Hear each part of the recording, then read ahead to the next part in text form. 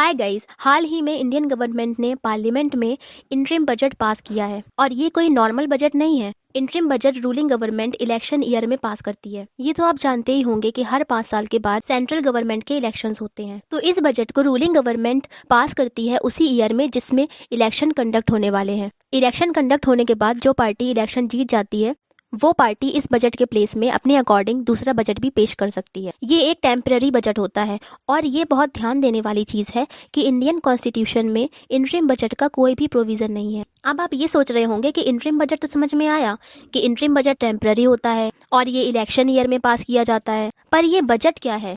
तो अब हम जानेंगे कि बजट क्या है और ये वर्ड ओरिजिनेट कहाँ से हुआ है, इसकी हिस्ट्री क्या है, ये इंडिया में कहाँ से आया, ये प्रिपेयर्ड कैसे होता है और इसके टाइप्स क्या हैं। बजट के बारे में अदर इंटरेस्टिंग फैक्ट जानने के लिए वीडियो के लास्ट तक बने रहिए। बजट वर्ड ओरिजिनेट हुआ है फ्रेंच वर्ड बॉगेट से। बॉगेट का मतलब होता है लेदर ब्रीफकेस।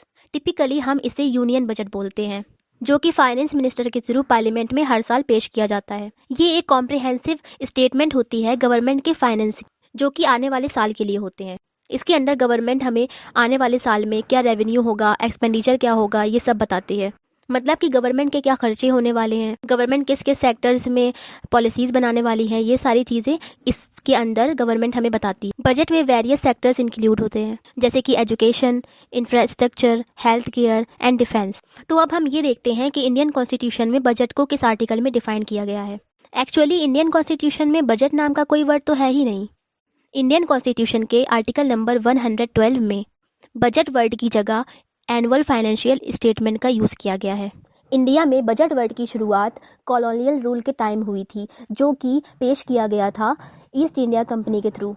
1947 में इंडिपेंडेंस के बाद बजट की रिस्पॉन्सिबिलिटी फाइनेंस मिनिस्टर को दे दी गई और जो हमारा फर्स्ट बजट था वो 26 नवंबर 1947 में फॉर्मर फाइनेंस मिनिस्टर आर के शनमुगम शेट्टी के थ्रू पेश किया गया था। इसे प्रिपेयर किया जाता है बजट डिवीजन के थ्रू, जो कि डिपार्टमेंट ऑफ इकोनॉमिक अफेयर्स के अंडर आता है और इसकी मिनिस्ट्री है फाइनेंस मिनिस्ट्री। वीडियो में आगे बढ़ने से पहले like the video and subscribe this channel and bell icon को क्लिक करना बिल्कुल मत भूलिएगा ताकि हर इन्फॉर्मेशन सबसे पहले आप तक पहुंच सके। अब हम देखते हैं बजट के क्या टाइप्स हैं। वैसे तो बजट कई टाइप्स के होते हैं, बट कॉमनली हमें 2 टाइप्स ऑफ बजट सुनने को मिलते हैं, जो कि है annual budget and interim budget. Interim budget के बारे में आप वीडियो की स्टार्टिंग में जान चुके हैं। एनुअल बजट वो बजट होता है जो कि साल में एक बार पेश किया जाता है और ये पूरे साल के लिए होता है। इसे नॉर्मल ईयर्स में पेश किया जाता है। And some other types of budgets हैं railway budget, state budget. State budget क्या होता है? स्टेट बजट होता है जो कि हर स्टेट अपने अपने स्टेट के लिए पास करते हैं। एंड रेलवे बजट होता है जो कि रेलवे पास करती है रेलवेज के लिए। अब बारी आती है बजट के बारे में कुछ इंटरेस्टिंग फैक्ट्स जानने की। ये जो हमारा बजट है इसे 2020 से पहले एक सूटकेस में लेकर आया जाता था। फिर 2020 के बाद से इसे प्रेजेंट करने के लिए बही खाता का यूज होने लगा। 2017 से पहले बजट को लास्ट फेब में पेश किया जाता था। 2017 में former finance minister Arun Jaitley के थ्रू बजट पेश करने की डेट 1 फेब कर दी गई और इसी साल इन्होंने रेल बजट को भी यूनियन बजट में मर्ज कर दिया।